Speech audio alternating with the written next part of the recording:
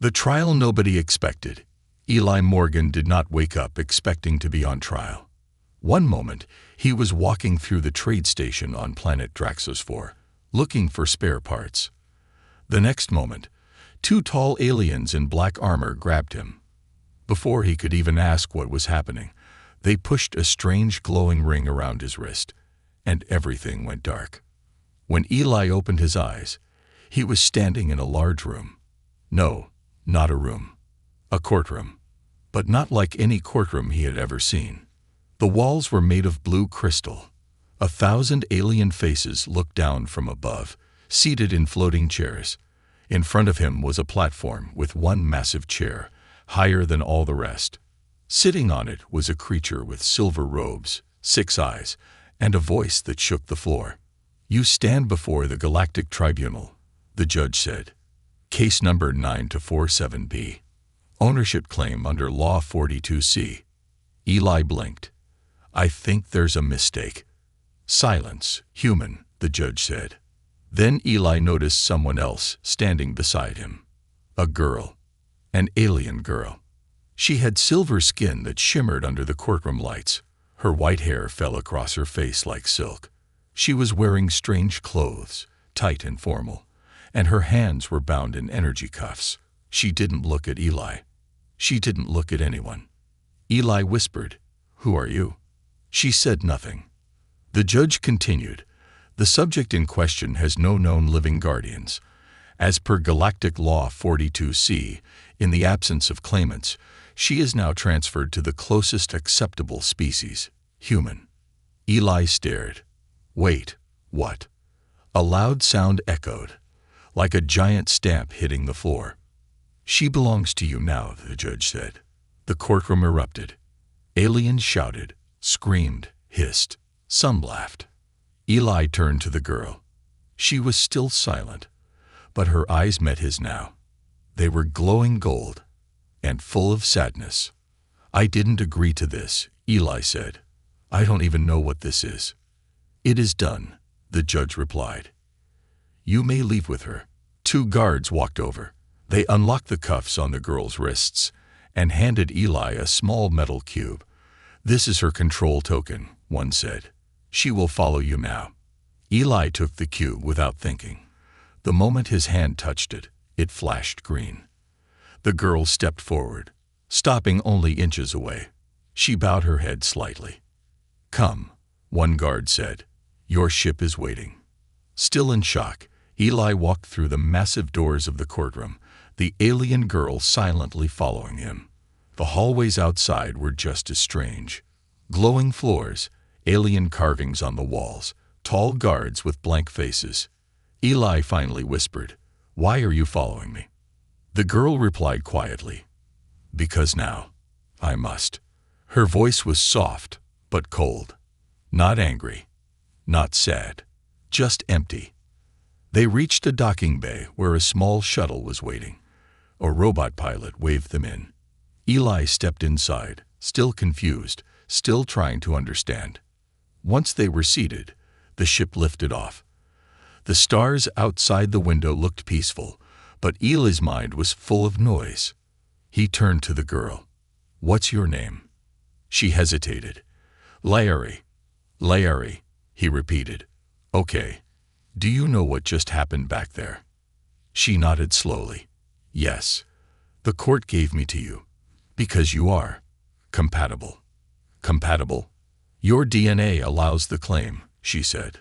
"The law is ancient. Very few species can receive ownership." "I don't want to own anyone," Eli said quickly. She looked away.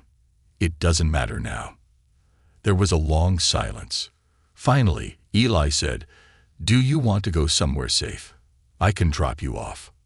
"No," she said, "a little too fast. They will find me again. They always do." "Who?" But she said nothing more.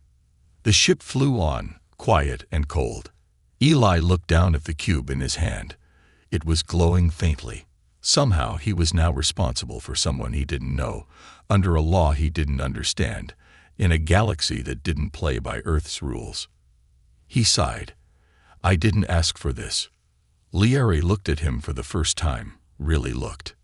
"No one does," she said. Then she added, almost like a whisper, "But you don't know what you just inherited." Eli's skin chilled.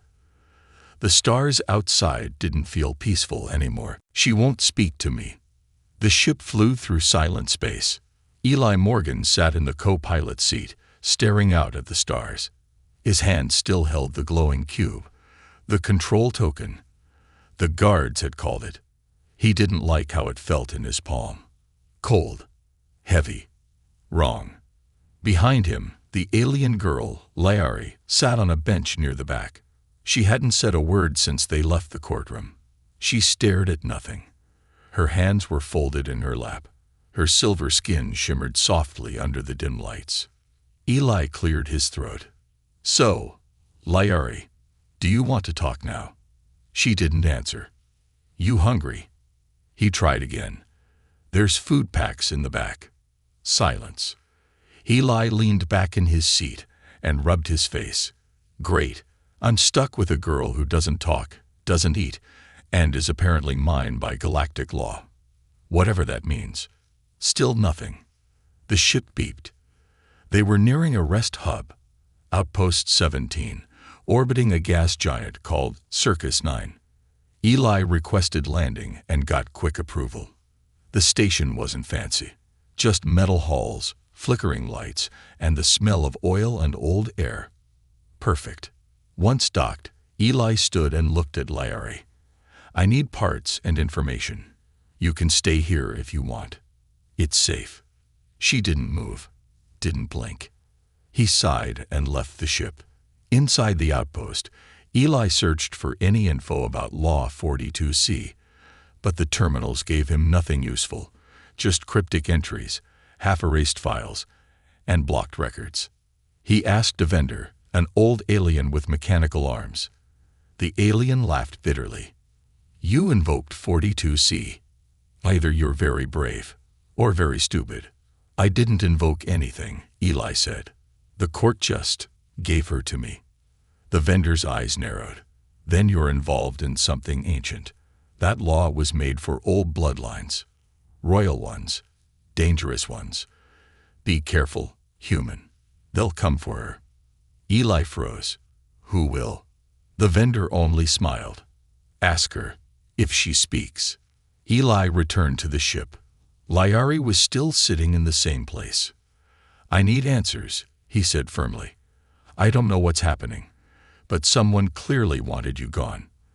That courtroom was too fast, too planned. Why?"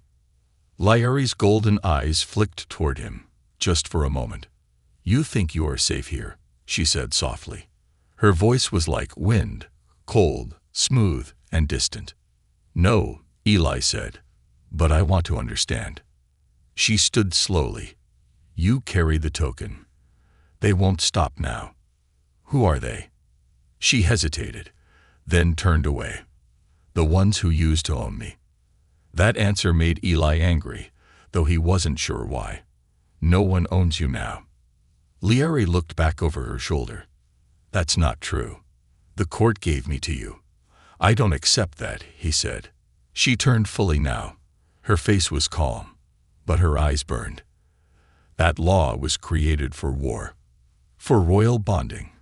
If it marked you as compatible, then your blood carries something they missed." Eli stepped back. "Wait, what do you mean? I'm just a mechanic, from Earth. I fix ships, not rule empires." Larry sat again. "That's what makes it worse." Later that night, Eli couldn't sleep.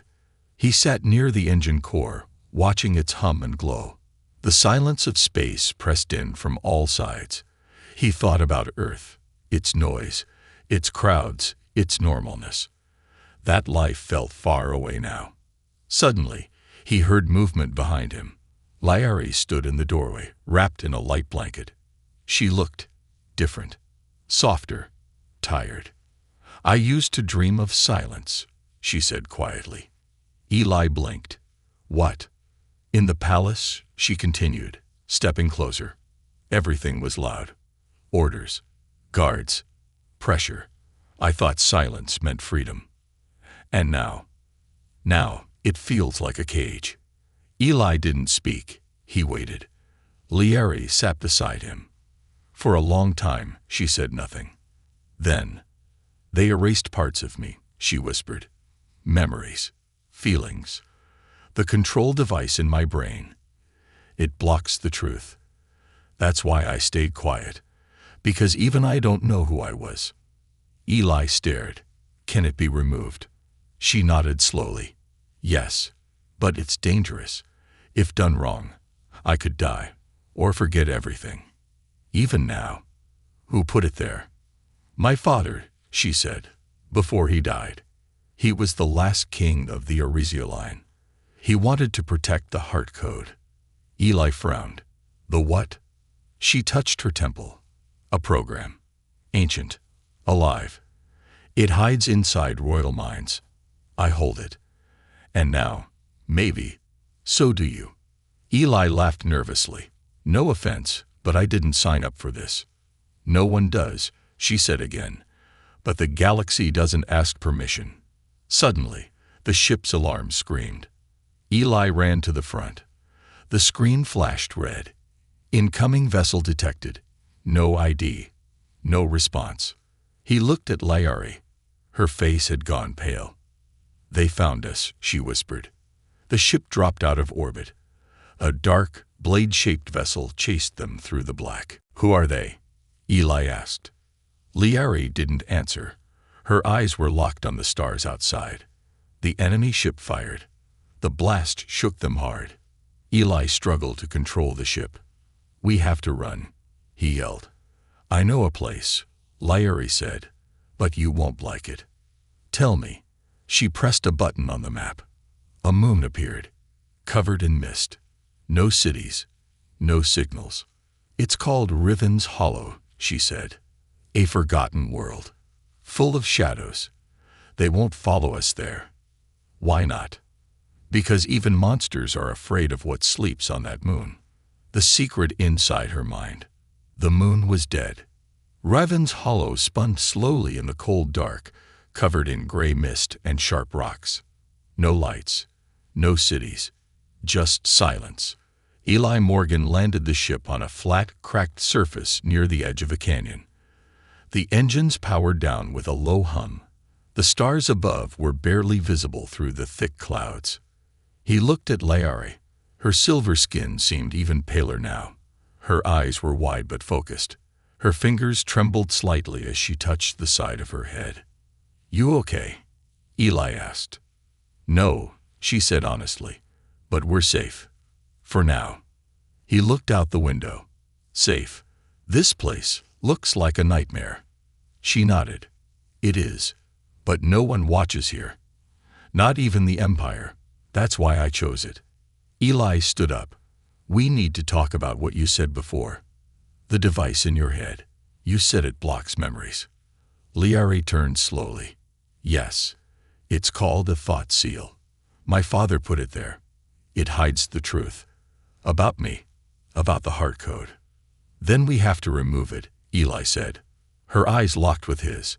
If we do, I may not survive. Or worse, I may remember something that destroys us both. He stepped closer. I didn't come all this way to leave you broken. She looked down. And what if I was broken before the device? Eli said nothing for a moment. Then he quietly walked to the supply chest and pulled out an old medical scanner.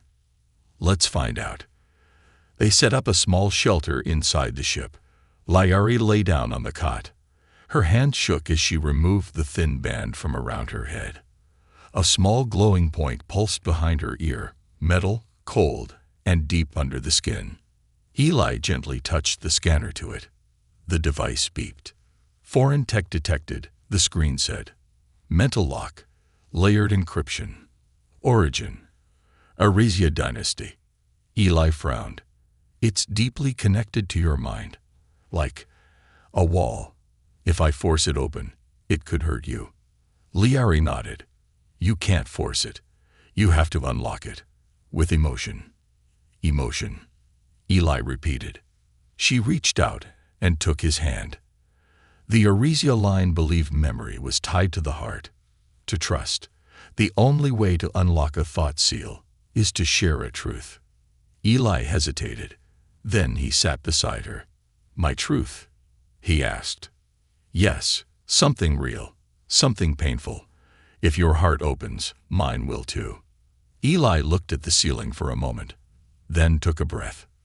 When I was a kid, he said quietly, my father left, just walked out. No message, no goodbye. I waited every day for him to come back. I even built a little radio, hoping he'd call me from somewhere. He never did. Layari's eyes softened.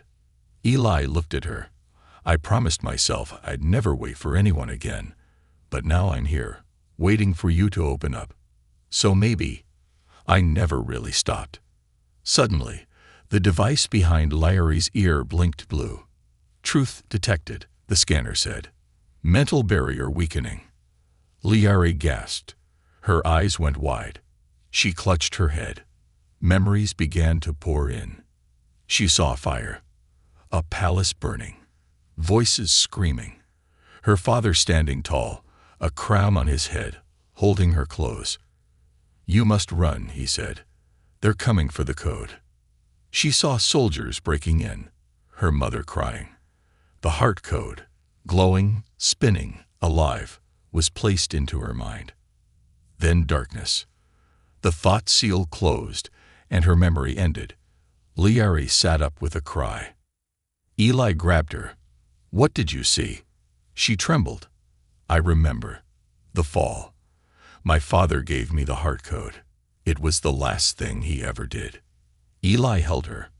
It's okay. You're safe now. No, she whispered. I'm not. Because now I know something. And they'll do anything to take it. That night, they built a fire outside the ship. The air on Riven's Hollow was thin, but breathable. They sat beside each other, wrapped in silence. Layari finally spoke. The heart code isn't just a program, she said. It's a weapon. It can shut down starships, control systems, even minds.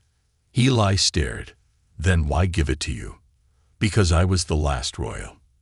And he trusted me to protect it. Eli nodded slowly. So the court, they knew you had it. That's why they gave you to me. Yes, Layari said. They didn't want to own me. They wanted me to disappear. Eli's eyes narrowed. And now they'll come after me too. She looked at him. You should leave, before it's too late. I'm not leaving, Eli said. Why? Because, he said simply, someone already left me once. I won't do the same to you. Layari looked into his eyes for a long time. Then softly, she said, I remember more now. About the law. Law 42C wasn't made to give people away. It was made for bonding. For unity. Between bloodlines. Between hearts. Eli swallowed. What are you saying? She reached out and touched his hand. That law didn't bind me to you because of control. It did it because I chose you. A long time ago. He stared at her, but we just met. In this life, she said. But the heart code remembers lives before. Maybe this isn't the first time. Eli looked up at the stars. Somewhere, out there, ships were probably hunting them. Empires wanted the code inside her. The law had tied their fates together. But right now, under the quiet sky of the haunted moon, Eli didn't feel afraid. He felt something else. Connected. The hunters are here. The fire had burned low. Eli Morgan sat near the fading embers, a blanket wrapped around his shoulders. The cold of Riven's Hollow had finally reached into his bones. Mist drifted across the ground like ghostly fingers. Layari stood a few feet away, her silver skin glowing softly in the moonlight. She was staring into the canyon, quiet, still. Since unlocking part of her mind, she had changed. She was calmer now, but something deeper lived behind her eyes, like the weight of too many memories pressing down at once. Eli stepped beside her. Can't sleep. She shook her head. Something is wrong. I can feel it. Eli frowned. You think they found us? No, she said softly. I know they did. At that moment, the ship's alarm screamed. Eli and Larry sprinted back into the ship. The scanner flashed red across the screen. Unmarked vessel approaching. Cloaked entry detected. Estimated arrival, 42 seconds. Eli cursed and began flipping switches. We can't take off fast enough. The engines are still cold. Larry closed her eyes. Then we hide. Follow me. She grabbed his hand and led him out through the ship's lower hatch. They ran into the canyon, their boots crunching across stone and frost. The mist was thicker here, wrapping around them like a living thing. Where are we going? Eli asked. There's a cave nearby, Larry said. It was used during the Erizio Wars. My ancestors built it. They climbed over jagged rocks until they reached a narrow crack in the canyon wall. Larry pressed her hand against the stone. A pulse of light spread from her palm. The wall opened. Eli stepped back, stunned, as a hidden door slid aside to reveal a dark passageway. How did you? I told you, she said, pulling him inside. The heart code remembers. The door closed behind them. Inside, the cave was warmer, dry, and full of old tech. Lights flickered on slowly, revealing ancient machines covered in dust, and a table in the center with glowing symbols. Eli looked around. This place has been abandoned for centuries. Larry nodded, but it still listens to my blood. Outside, the sound of engines screamed across the sky. Eli looked at the ceiling, as if he could see through it. They're here. Larry touched the table. A small screen appeared, showing a live view of the outside. 2 tall, black ships had landed near their own. Dark figures were walking toward it, weapons drawn. Who are they? Eli whispered. Larry's voice was flat. They're called the Hunters, trained to erase threats to the Empire. Silent, fast, unforgiving. Can we fight them? No, she said, but we can outsmart them. She began typing on the console. A soft humming filled the cave as the systems powered up. Symbols glowed on the walls. Eli watched her work. What are you doing? Activating a false trail. The cave can project a second heat signature, far to the west. It will look like we fled. Eli nodded. Smart. She looked at him. It might only buy us an hour. Eli took a deep breath. Then let's use it well. What's next? In that hour, Larry explained more. The heart code, she said, was more than data. It was a living archive. It carried voices of rulers, warriors, and prophets. But it also had a defensive core, something no one had used in thousands of years. It can protect us, Larry said, but it needs 2 minds in full sync. Bonded. Eli blinked. Linked. She nodded. Not just thoughts. Feelings. Trust. It's risky. If we don't align, it could kill us both. Eli stepped closer. Let's do it. Larry hesitated. You don't understand. I've seen inside you, Eli. Your fears. Your pain.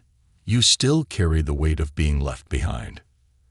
And you, he said gently, carry the guilt of surviving when others died. They stared at each other.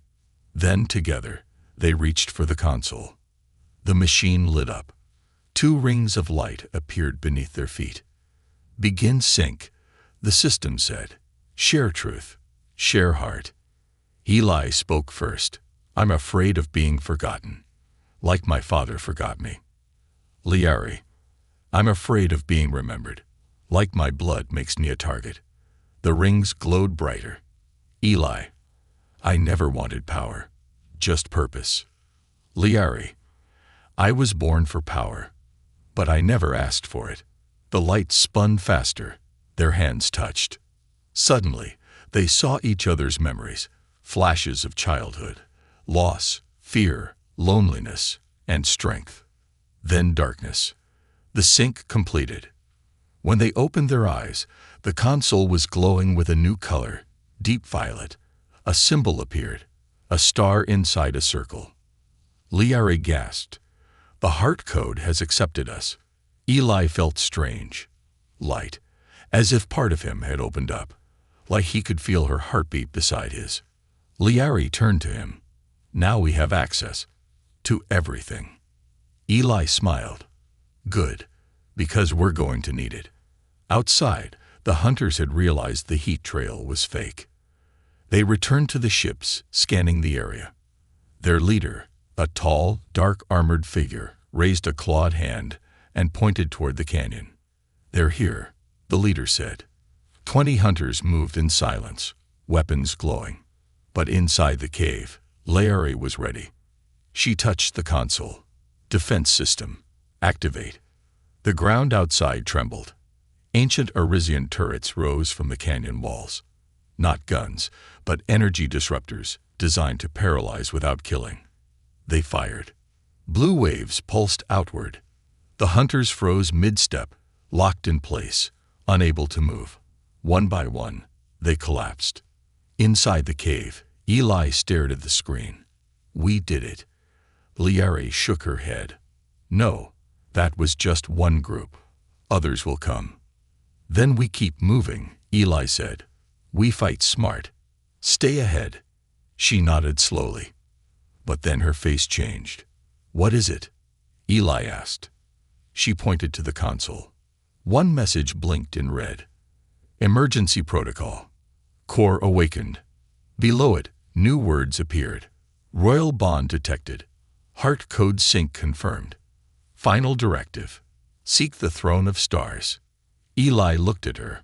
What does that mean? Liari's voice trembled. It means the galaxy just felt us connect. And now, every royal censor, every old satellite, every loyalist faction, they know I'm alive. Eli's heart pounded. And what about me? He asked. She turned to him. Now you're more than just a guardian. What am I then? She looked him in the eyes. You're my consort, by blood, by law, and by fate. The heart code. The ancient cave hummed with energy. Soft blue lines traced the walls, glowing brighter with each second. Old machines stirred to life, some for the first time in centuries. The air itself felt heavier, like it had started to listen. Eli Morgan stood at the console, staring at the message still pulsing on the screen. Heart code sync confirmed. Final directive. Seek the throne of stars. He looked at Liari, standing beside him. Her eyes weren't glowing anymore, but something had changed inside them. They no longer looked like a prisoner's. They looked like a queen's. Throne of stars, Eli repeated. That doesn't sound small. It isn't, Liari said quietly. It's the seat of all power. It controls the legacy of the Arisia line. The heart code only awakens when the bloodline is complete. And now it thinks we are. She nodded. You and me. Together. Eli sat down, trying to take it in. So what happens now? Do we just show up and say hello? Liari smiled faintly. If only it were that easy. Back on the surface, the mist had thinned. The black ships left behind by the hunters were silent. The energy disruptors had burned out after use, one-shot defenses from a forgotten age. Liari and Eli stood at the edge of the canyon, looking over the wreckage. Any survivors? Eli asked. Liari shook her head. Not likely, but others will come. She pressed her palm against a control ring on her wrist. The small cube, the control token the court had given Eli, floated into the air and connected to her hand. It reshaped itself, becoming a smooth silver disk. A projection flickered above it. A star map. Eli leaned closer. What are we looking at? The path to the throne, she said. Hidden for thousands of years. Only the heart code knows it now. A series of stars lit up across the map. 7 points, each marked with a symbol. Eli frowned. We have to go to all of them. Yes, they're the locks. The heart code's power was split to protect it. We must unlock each piece. And if we don't? Liari looked at him seriously. Then I will never take the throne. And the empire will remain in chaos. Or worse, someone else will take it first. Eli crossed his arms. You mean someone worse? Yes. They returned to the ship. The engine coughed to life, slow and reluctant. The ship had taken damage during their escape, and Eli knew they'd need repairs soon. As they left Riven's hollow behind, Laari sat in silence beside him. She stared at the stars, not as a prisoner now, but as someone remembering her place in the galaxy. Eli finally spoke. You said the heart code is alive. What does that mean, exactly? Laari turned toward him. It's not just data. It's a soul, a collection of every Orisian ruler's memories, hopes, fears. It learns. It adapts. And now it's inside both of us. Yes, that's never happened before. Eli blinked. Why me? Laari was quiet for a moment. Then she whispered, because you're the only one who didn't want to control me. The code felt that. It chose you, same as it chose me. Eli looked away, unsure what to say. Their first stop was a desert planet called Corvera, the site of an ancient observatory where the first lock was hidden. They landed near a ruined temple buried in sand. Wind howled through broken columns and shattered statues. Inside the temple, they found a strange sphere floating above an altar. It pulsed with violet light, reacting to Laari's presence. Eli stepped forward, but the sphere pushed him back with a sudden force. It only allows one, Laari said. The test is for me. Test. She nodded. Each lock has a trial. It challenges the mind, or the heart. Eli watched as she stepped into the light. The room dimmed. Laari's body went still. Her eyes closed. She stood like a statue. Eli paced nervously, unable to help, unable to speak. Minutes passed. Then a sudden burst of light exploded from the sphere. Laari fell to her knees. Eli rushed forward. Laari. She looked up at him, breathing hard. I saw my mother. She told me to run, said I was never strong enough.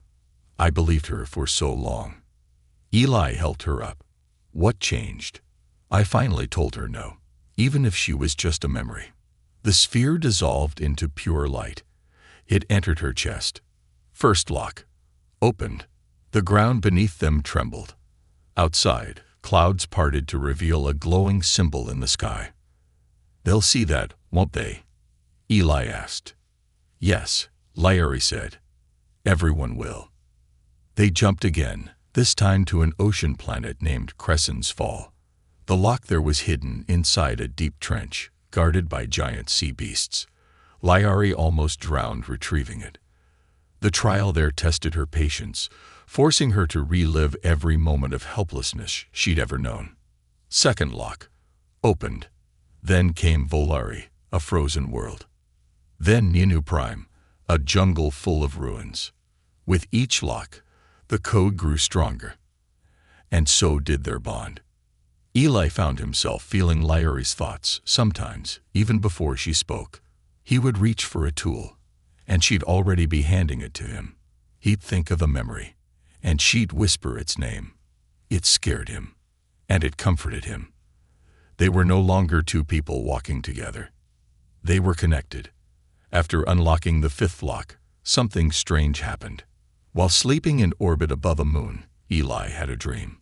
A long corridor of stars, a throne floating at the end, and a woman made of light, shaped like Laari, but older, grander.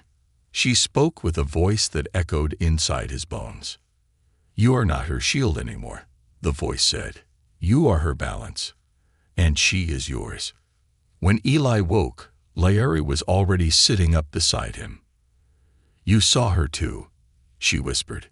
He nodded. What does it mean? Laari's voice shook. It means the final two locks won't just test me. They'll test us. They jumped to the sixth location, a system that no longer appeared on most maps. All that remained was a shattered planet, broken into floating pieces. In the center was a station, glowing with old energy. They docked, walked inside, but there were no trials this time. Instead, They found a message. To the last royal. If you are reading this, then your line has survived. But you are not alone. The heart code must be shared. The throne requires not just power, but unity. 2 voices. 1 truth. Only then will the empire rise again. Eli looked at Larry. That's us. She nodded slowly. But are we ready? As they left the station, a warning triggered on the ship. Multiple warships inbound. No ID. Preparing to fire. Eli slammed the controls.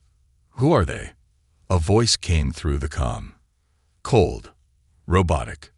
By order of the Shadow Lords, surrender the royal carrier and its bonded pair, or be destroyed. Eli glanced at Larry. Her eyes narrowed. I know that voice, she said. It belongs to the false heirs. They want the throne for themselves. Eli flipped a switch. Then they're going to be disappointed. She reached for his hand. We run. He shook his head. No. We fight. The price of belonging. The stars burned bright with danger. 3 warships had them surrounded. No markings. No flags. But their shape was known in every corner of the galaxy. Shadow Lords. The ones who hunted bloodlines. The ones who erased history and replaced it with lies.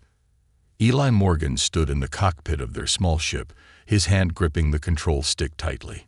His jaw was clenched, but his mind raced with fear. Beside him, Larry was calm. Too calm. Her eyes focused on the warships outside. Black metal. Red engines. Dozens of weapons pointed at them. 3 cruisers, she said, each with enough firepower to destroy a planet. Eli swallowed hard. They followed the lock signals, didn't they?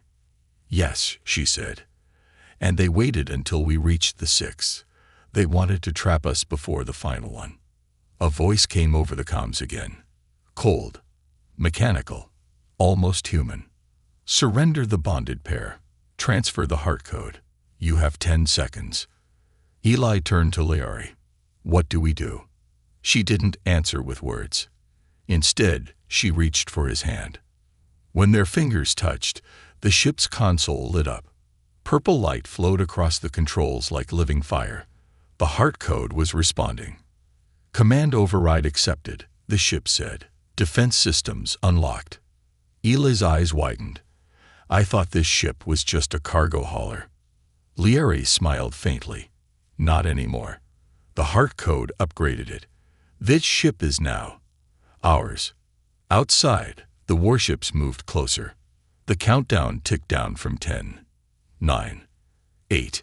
Inside the cockpit, Larry and Eli worked fast. The heart code showed them new panels, hidden weapons, old tricks once used by royal fleets long gone. They didn't have firepower to match the cruisers, but they had something better. A mind-linked ship. And each other. Eli pressed a glowing icon. Let's test it. The ship spun fast, too fast for a human pilot, and shot toward the closest cruiser. The enemy fired. Beams of red light sliced across space, but missed. Their ship moved like it could see the attacks before they came. Larry's voice echoed through the control room, merged with the ship's eye. Eli, trust me. Don't resist the movements. Let the bond guide us. He closed his eyes and let go. What happened next didn't feel like flying. It felt like dancing. The ship curved around the blasts, slipped between the cruiser's shields, and released a small blue sphere into the hull. A second later, boom. No flames, no explosion. Just a pulse of light, and the warship shut down. Lights off. Weapons dead. Eli gasped. What was that? Royal disruptor, Larry said. Meant to disable, not destroy. We're not killing them. She looked at him. No, we're showing them what mercy looks like. The second cruiser turned and opened fire. Their ship twisted again, this time upward, straight through a debris field. More disruptor pulses launched from their ship's underbelly. 3 direct hits. The second cruiser froze in space. One left. The leader. The last warship didn't attack immediately. Instead, it sent one final message. You have declared war on the Shadow Hairs. Prepare for consequences. Then it vanished. Not destroyed. Not disabled. Gone. Lieri stared at the screen. That ship had teleport tech. Only the false bloodlines have that. Eli leaned forward. What are the Shadow Hairs? She was quiet for a moment. Then she whispered. They're copies, made from the old ruler's DNA, grown in labs, trained to obey the council. They look like us, but they feel nothing. Eli's blood ran cold. So they're fakes, he said. They're tools, Lieri corrected. And we just told the galaxy that the originals are back. The next few hours were quiet, too quiet. They landed on a hidden station in deep orbit, one of the last old Arisian outposts buried in a dead moon. It had food, a bed, and a medical scanner. Nothing more. Eli sat on the edge of the bunk, staring at his shaking hands. Lieri entered, carrying 2 cups of warm liquid. You did well. I almost blacked out, he said. You didn't. He took the cup, hands still trembling. I'm not a soldier. She sat beside him. Neither am I. Not really. But we're in a war. Yes. Eli looked at her. Do you regret it? Bonding with me? She didn't answer right away. Instead, she leaned against him. No, she said. I feared being alone more than I feared the war. Eli looked down. I spent my whole life thinking I didn't belong anywhere. But with you, I don't feel like a mistake. Lieri smiled softly. Then you finally understand what the heart code means. He blinked. What? It's not just a weapon, Eli. It's a promise. A promise that those who feel alone, who are lost, who are broken, can still connect, still belong. That night, the station shook. Eli jumped up, running to the control room. One of the station's satellites had picked up a signal. Incoming broadcast. Galactic-wide. Source. Imperial Council. He pressed play. A hologram appeared. Tall, pale, emotionless. A shadow hair. To all systems, hear this. 2 fugitives have activated the heart code. They are dangerous. They seek to overthrow peace. Any who help them will be punished. There is no royal blood left. Only order remains. Eli turned to Lieri. They're trying to erase you. Again. Lieri stood tall. Then we must answer. She activated the heart code. The room filled with light. A new message went out, simple, clear, and strong. Her face appeared above dozens of planets. Her voice echoed through thousands of ships. I am Lieri of the Arisia line. I carry the original code. I do not seek war. I seek truth. We are not copies. We are not forgotten. And we are not alone. Then she stepped aside. Eli appeared beside her. My name is Eli Morgan. I'm human. I was no one. But now, I belong. Not because of blood, but because of choice. If you've ever felt lost, unwanted, or voiceless, we speak for you now. The message ended. Across the stars, the galaxy stirred. Some people whispered in fear, others in hope, a few in loyalty. And in one cold palace, a shadow lord shattered a glass screen in rage. They've awakened it, he growled. The real heart code. They must be stopped before the final lock. Back on the station, Eli and Lieri stood together. Only one lock remained. The last test. The final choice. But something had changed now. They were no longer just running. They were rising. Together. One law, one choice. The final lock was hidden in a place no maps showed. No star charts marked its location. No traders whispered its name. Only the heart code remembered. The ship moved through a black corridor of space, where even starlight seemed afraid to enter. The darkness here was thick, heavy, as if the galaxy itself was holding its breath.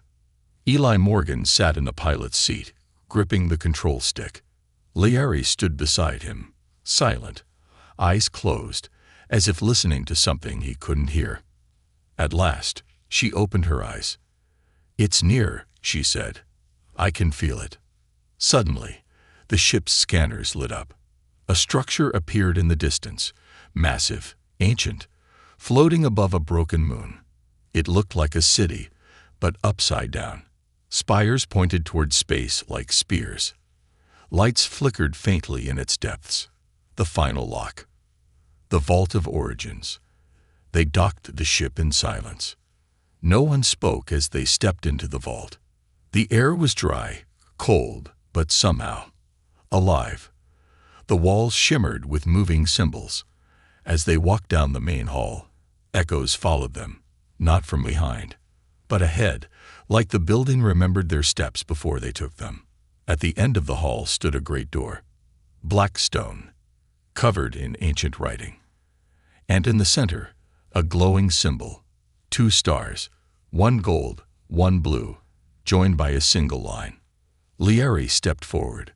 Her hand rose slowly, as if pulled by something beyond her will. When she touched the symbol, the door opened. Light poured out.